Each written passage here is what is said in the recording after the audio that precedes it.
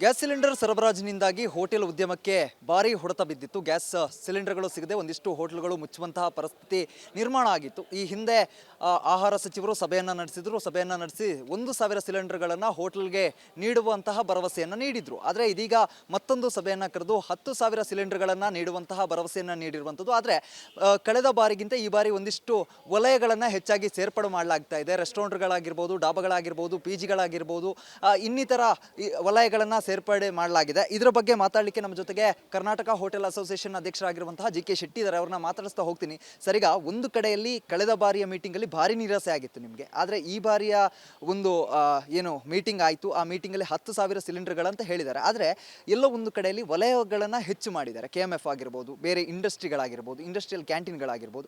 ಈ ಒಂದು ಸಭೆಯಲ್ಲಿ ನಿಮಗೆ ನಿರಾಸೆ ಇದೆಯಾ ಅಥವಾ ನಿಮ್ಮ ಚಿಂತನೆ ಏನು ಅಂತ ಇದ್ರ ಬಗ್ಗೆ? ನಮಗೆ ನಿರಾಸೆಗಿಂತ ಒಂದು ಆಶಾಭಾವನೆ ಸಿಗ್ತಿದೆ. ಯಾಕಂತ ಕೇಳಿದ್ರೆ ಈ 10 ದಿವಸದಿಂದ ನಮ್ಮವರಿಗೆ ಏನು ಗ್ಯಾಸ್ ಸಿಲಿಂಡರ್ ಸಿಕ್ಕಲಿಲ್ಲ.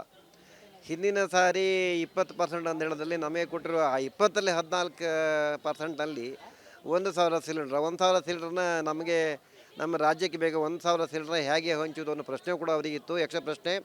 ಜೊತೆಗೆ ಏನು ಕೇಳಿದ್ರೆ ಇಂಡಸ್ಟ್ರಿಯಲ್ಗೆ 1,000 ಸಿಲಿಂಡರ್ ಯಾರಿಗೆ ಕೊಟ್ಟರೆ ಇಂಡಸ್ಟ್ರಿಯಲ್ ಕ್ಯಾಟ್ರಿಂಗ್ ಕೊಟ್ಟಿವಿ ಅಂತ ಹೇಳಿದ್ರು.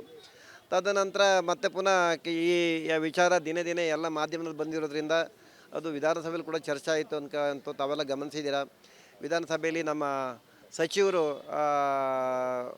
ಕೆಲವು ಪ್ರಶ್ನೆಗೆ ಉತ್ತರ ಕೊಡುವಾಗ ಹೇಳಿದರು, ಇವತ್ತು 23ನೇ ತಾರೀಕು ನಾವು ಹೋಟ್ಲ್ ಸಂಘದವ್ರನ್ನ ಕರೆದು ನಮ್ಮ ಹತ್ರ ಎಷ್ಟು ಸಿಲಿಂಡರ್ ಇದೆ ಅದನ್ನು ಹಂಚುವ ಒಂದು ಇದನ್ನು ತಮಗೆ ತಿಳಿಸ್ತೀವಿ ಅಂತ ಹೇಳಿದರು. ಆ ಪ್ರಕಾರದಲ್ಲಿ ಇವತ್ತು ನಮ್ಮನ್ನು ಮೀಟಿಂಗ್ ಕರೆದಿದ್ದರು. ಈ ಮೀಟಿಂಗ್ನಲ್ಲಿ ಅದೃಷ್ಟವಶಾತ್ ನಿನ್ನೆ ಕೇಂದ್ರ ಸರ್ಕಾರದವರು 20%ರಿಂದ 50% ಮಾಡಿರೋದ್ರಿಂದ ಸ್ವಲ್ಪ ಜಾಸ್ತಿ ಸಿಲಿಂಡರ್ ಸಿಗೋ ಭರವಸೆ ನಮಗೆ ಸಿಕ್ಕಿದೆ. ಈ 50ರಲ್ಲಿ 10% ಬಗ್ಗೆ ಕ್ಲಾರಿಟಿ ಇಲ್ಲ, 40% ಈಗ ಅಲೋಕೇಶನ್ ಬಗ್ಗೆ ಸಚಿವರು ಅಧಿಕಾರಿಗಳು ಹೇಳಿದ್ದಾರೆ. ಆ 40% ಡಿಸ್ಟ್ರಿಬ್ಯೂಷನ್ಲಿ ಏನಾಗುತ್ತೆ ಅಂತ ಕೇಳಿದ್ರೆ ಒಂದು ಕ್ಲಾರಿಟಿ ಏನಪ್ಪ, ನೀವು ಕೇಳಿದ್ರಿ ಎಲ್ಲರೂ ಸೇರಿಸಿದ್ದಾರೆ ಬೇರೆ ಬೇರೆ. ಹೌದು, ಪ್ರಾಯಶಃ ಏನಾಗುತ್ತೆ ಬೇರೆ ಬೇರೆ ಸಂಘದವರು ಬೇರೆ ಬೇರೆ ಬೇಡಿಕೆ ಬಂದಾಗ ಅಲೋಕೇಶನಲ್ಲಿ ಪ್ಲ್ಯಾನ್ ಮಾಡ್ಕೊಂಡಿದ್ದಾರೆ. ಒಂದು ಕ್ಲಾರಿಟಿ ಏನಪ್ಪ, ಕ್ಲಿಯರ್ ಪಿಕ್ಚರ್ ಏನು ಕೇಳಿದ್ರೆ 3 ಸಿಲಿಂಡ್ರು ತಗೊಳ್ಳೋರಿಗೆ 1 ಸಿಲಿಂಡ್ರು 1 ವಾರ ತನಕ ಕೊಡ್ತೀನಿ ಅಂತ ಹೇಳಿದ್ದಾರೆ. ಯುದ್ಧ ಬೇಗ ಮುಗಿಲಿ, ಇದು ಪರ್ಸೆಂಟೇಜ್ ಜಾಸ್ತಿ ಆಗಲಿ, ನಮ್ಮ ಸಮಸ್ಯೆ ಬಗೆಯಿರಲಿ ಅಂತ ನಾವು ಕೇಳ್ತೀವಿ. ಇದೆಷ್ಟು ಜಿ.ಕೆ. ಶೆಟ್ಟಿಯವರ ಮಾತಾಗಿರುವಂಥದ್ದು. ಪ್ರಮುಖವಾಗಿ ಈ ಬಾರಿಯ ಮೀಟಿಂಗ್ ಏನಿದೆ ನಮಗೆ ಆಶಾದಾಯಕವಾಗಿರುವಂಥದ್ದು. ಒಂದು ಹಂತದಲ್ಲಿ 33%ನಷ್ಟು ಗ್ಯಾಸ್ ಸಿಲಿಂಡರ್ಗಳಿಗೂ ನಮಗೆ ಲಭ್ಯ ಆಗುತ್ತೆ. ಅದರ ಜೊತೆಗೆ ಒಂದಿಷ್ಟು PNG ಗ್ಯಾಸ್ಗಳನ್ನು ಕನೆಕ್ಟಿವಿಟಿಗೆ ಕೂಡ ಚಿಂತನೆಯನ್ನು ನಡೆಸ್ತಾ ಇದ್ದಾರೆ. ಈ ಬಾರಿಯ ಮೀಟಿಂಗ್ ಸ್ವಲ್ಪ ಆಶಾದಾಯಕವಾಗಿದೆ, ಗ್ಯಾಸ್ ಸಿಲಿಂಡರ್ಗಳು ಸಿಗಬಹುದು ಅನ್ನುವಂತಹ ಮಾತನ್ನು ಕೂಡ ಆಡ್ತಾ ಇರುವಂಥದ್ದು. ಕ್ಯಾಮ್ರಾ ಪರ್ಸನ್ ಲೋಹಿತ್ ಜೊತೆಗೆ ಚರಣ್, ರಿಪಬ್ಲಿಕ್ ಕನ್ನಡ, ಬೆಂಗಳೂರು.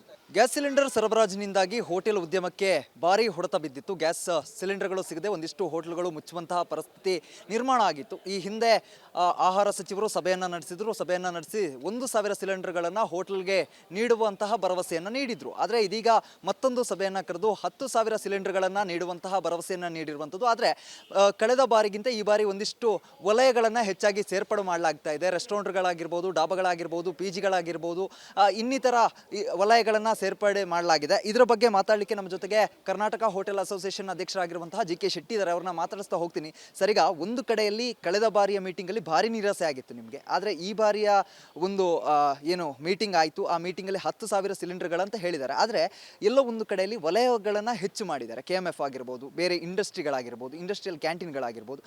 ಈ ಒಂದು ಸಭೆಯಲ್ಲಿ ನಿಮಗೆ ನಿರಾಸೆ ಇದೆಯಾ ಅಥವಾ ನಿಮ್ಮ ಚಿಂತನೆ ಏನು ಅಂತ ಇದ್ರ ಬಗ್ಗೆ? ನಮಗೆ ನಿರಾಸೆಗಿಂತ ಒಂದು ಆಶಾಭಾವನೆ ಸಿಗ್ತಿದೆ. ಯಾಕಂತ ಕೇಳಿದ್ರೆ ಈ 10 ದಿವಸದಿಂದ ನಮ್ಮವರಿಗೆ ಏನು ಗ್ಯಾಸ್ ಸಿಲಿಂಡರ್ ಸಿಕ್ಕಲಿಲ್ಲ.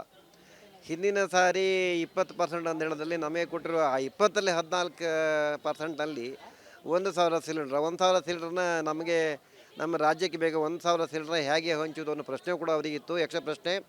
ಜೊತೆಗೆ ಏನು ಕೇಳಿದ್ರೆ ಇಂಡಸ್ಟ್ರಿಯಲ್ಗೆ 1,000 ಸಿಲಿಂಡರ್ ಯಾರಿಗೆ ಕೊಟ್ಟರೆ ಇಂಡಸ್ಟ್ರಿಯಲ್ ಕ್ಯಾಟ್ರಿಂಗ್ ಕೊಟ್ಟಿವಿ ಅಂತ ಹೇಳಿದ್ರು.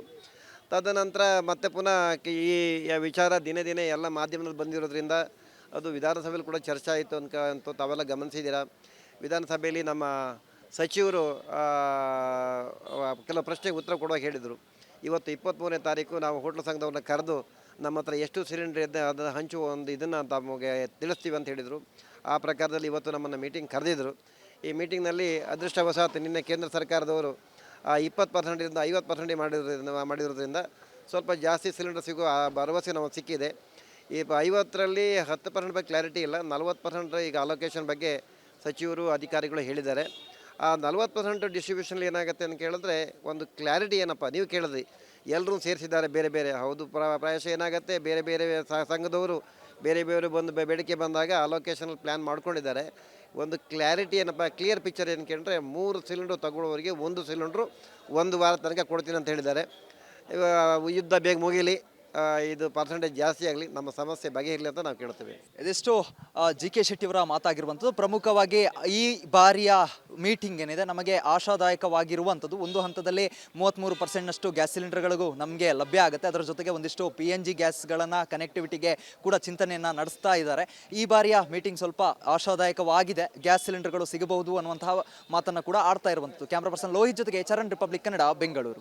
ಗ್ಯಾಸ್ ಸಿಲಿಂಡರ್ ಸರಬರಾಜಿನಿಂದಾಗಿ ಹೋಟೆಲ್ ಉದ್ಯಮಕ್ಕೆ ಭಾರಿ ಹೊಡೆತ ಬಿದ್ದಿತ್ತು. ಗ್ಯಾಸ್ ಸಿಲಿಂಡರ್ಗಳು ಸಿಗದೆ ಒಂದಿಷ್ಟು ಹೋಟೆಲ್ಗಳು ಮುಚ್ಚುವಂತಹ ಪರಿಸ್ಥಿತಿ ನಿರ್ಮಾಣ ಆಗಿತ್ತು. ಈ ಹಿಂದೆ ಆಹಾರ ಸಚಿವರು ಸಭೆಯನ್ನು ನಡೆಸಿ 1,000 ಸಿಲಿಂಡರ್ಗಳನ್ನು ಹೋಟೆಲ್ಗೆ ನೀಡುವಂತಹ ಭರವಸೆಯನ್ನು ನೀಡಿದ್ರು. ಆದರೆ ಇದೀಗ ಮತ್ತೊಂದು ಸಭೆಯನ್ನು ಕರೆದು 10,000 ಸಿಲಿಂಡರ್ಗಳನ್ನು ನೀಡುವಂತಹ ಭರವಸೆಯನ್ನು ನೀಡಿರುವಂಥದ್ದು. ಆದರೆ ಕಳೆದ ಬಾರಿಗಿಂತ ಈ ಬಾರಿ ಒಂದಿಷ್ಟು ವಲಯಗಳನ್ನು ಹೆಚ್ಚಾಗಿ ಸೇರ್ಪಡೆ ಮಾಡಲಾಗ್ತಾ ಇದೆ. ರೆಸ್ಟೋರೆಂಟ್ಗಳಾಗಿರ್ಬೋದು, ಡಾಬಾಗಳಾಗಿರ್ಬೋದು, PGಗಳಾಗಿರ್ಬೋದು, ಇನ್ನಿತರ ವಲಯಗಳನ್ನು ಸೇರ್ಪಡೆ ಮಾಡಲಾಗಿದೆ. ಇದರ ಬಗ್ಗೆ ಮಾತಾಡಲಿಕ್ಕೆ ನಮ್ಮ ಜೊತೆಗೆ ಕರ್ನಾಟಕ ಹೋಟೆಲ್ ಅಸೋಸಿಯೇಷನ್ ಅಧ್ಯಕ್ಷರಾಗಿರುವಂತಹ ಜಿ ಕೆ ಶೆಟ್ಟಿ ಇದ್ದಾರೆ. ಅವ್ರನ್ನ ಮಾತಾಡಿಸ್ತಾ ಹೋಗ್ತೀನಿ. ಸರಿಗ ಒಂದು ಕಡೆಯಲ್ಲಿ ಕಳೆದ ಬಾರಿಯ ಮೀಟಿಂಗಲ್ಲಿ ಭಾರಿ ನಿರಾಸೆ ಆಗಿತ್ತು ನಿಮಗೆ. ಆದರೆ ಈ ಬಾರಿಯ ಒಂದು ಏನು ಮೀಟಿಂಗ್ ಆಯಿತು, ಆ ಮೀಟಿಂಗಲ್ಲಿ 10,000 ಸಿಲಿಂಡರ್ಗಳಂತ ಹೇಳಿದ್ದಾರೆ. ಆದರೆ ಎಲ್ಲೋ ಒಂದು ಕಡೆಯಲ್ಲಿ ವಲಯಗಳನ್ನು ಹೆಚ್ಚು ಮಾಡಿದ್ದಾರೆ. KMF ಆಗಿರ್ಬೋದು, ಬೇರೆ ಇಂಡಸ್ಟ್ರಿಗಳಾಗಿರ್ಬೋದು, ಇಂಡಸ್ಟ್ರಿಯಲ್ ಕ್ಯಾಂಟೀನ್ಗಳಾಗಿರ್ಬೋದು.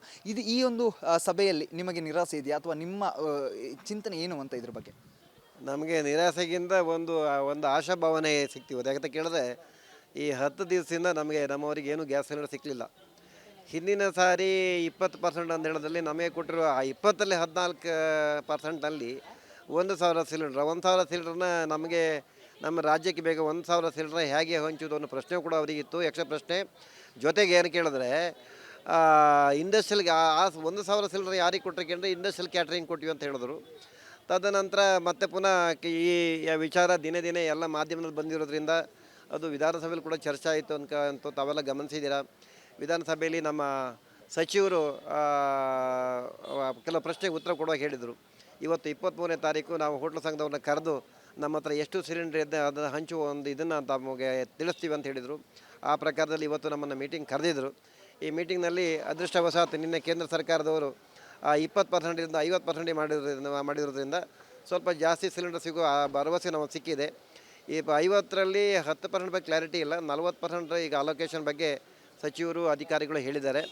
ಆ 40% ಡಿಸ್ಟ್ರಿಬ್ಯೂಷನ್ ಏನಾಗುತ್ತೆ ಅಂತ ಕೇಳಿದ್ರೆ ಒಂದು ಕ್ಲಾರಿಟಿ ಏನಪ್ಪ ನೀವು ಕೇಳಿದ್ರಿ ಎಲ್ಲರೂ ಸೇರಿಸಿದ್ದಾರೆ ಬೇರೆ ಬೇರೆ ಹೌದು ಪ್ರಾಯಶಃ ಏನಾಗುತ್ತೆ ಬೇರೆ ಬೇರೆ ಸಂಘದವರು ಬೇರೆ ಬೇರೆ ಬಂದು ಬೇಡಿಕೆ ಬಂದಾಗ ಅಲೋಕೇಶನಲ್ಲಿ ಪ್ಲ್ಯಾನ್ ಮಾಡ್ಕೊಂಡಿದ್ದಾರೆ. ಒಂದು ಕ್ಲಾರಿಟಿ ಏನಪ್ಪ ಕ್ಲಿಯರ್ ಪಿಕ್ಚರ್ ಏನು ಕೇಳಿದ್ರೆ 3 ಸಿಲಿಂಡ್ರು ತಗೊಳ್ಳೋರಿಗೆ 1 ಸಿಲಿಂಡ್ರು 1 ವಾರ ತನಕ ಕೊಡ್ತೀನಿ ಅಂತ ಹೇಳಿದ್ದಾರೆ. ಯುದ್ಧ ಬೇಗ ಮುಗೀಲಿ, ಇದು ಪರ್ಸೆಂಟೇಜ್ ಜಾಸ್ತಿ ಆಗಲಿ, ನಮ್ಮ ಸಮಸ್ಯೆ ಬಗೆಹರಿಲಿ ಅಂತ ನಾವು ಕೇಳ್ತೀವಿ. ಇದೆಷ್ಟು ಜಿ ಕೆ ಶೆಟ್ಟಿಯವರ ಮಾತಾಗಿರುವಂಥದ್ದು. ಪ್ರಮುಖವಾಗಿ ಈ ಬಾರಿಯ ಮೀಟಿಂಗ್ ಏನಿದೆ ನಮಗೆ ಆಶಾದಾಯಕವಾಗಿರುವಂಥದ್ದು. ಒಂದು ಹಂತದಲ್ಲಿ 33% ಗ್ಯಾಸ್ ಸಿಲಿಂಡರ್ಗಳಿಗೂ ನಮಗೆ ಲಭ್ಯ ಆಗುತ್ತೆ. ಅದರ ಜೊತೆಗೆ ಒಂದಿಷ್ಟು PNG ಗ್ಯಾಸ್ಗಳನ್ನು ಕನೆಕ್ಟಿವಿಟಿಗೆ ಕೂಡ ಚಿಂತನೆಯನ್ನು ನಡೆಸ್ತಾ ಇದ್ದಾರೆ. ಈ ಬಾರಿಯ ಮೀಟಿಂಗ್ ಸ್ವಲ್ಪ ಆಶಾದಾಯಕವಾಗಿದೆ, ಗ್ಯಾಸ್ ಸಿಲಿಂಡರ್ಗಳು ಸಿಗಬಹುದು ಅನ್ನುವಂತಹ ಮಾತನ್ನು ಕೂಡ ಆಡ್ತಾ ಇರುವಂಥದ್ದು. ಕ್ಯಾಮ್ರಾ ಪರ್ಸನ್ ಲೋಹಿತ್ ಜೊತೆಗೆ ಚರಣ್, ರಿಪಬ್ಲಿಕ್ ಕನ್ನಡ, ಬೆಂಗಳೂರು.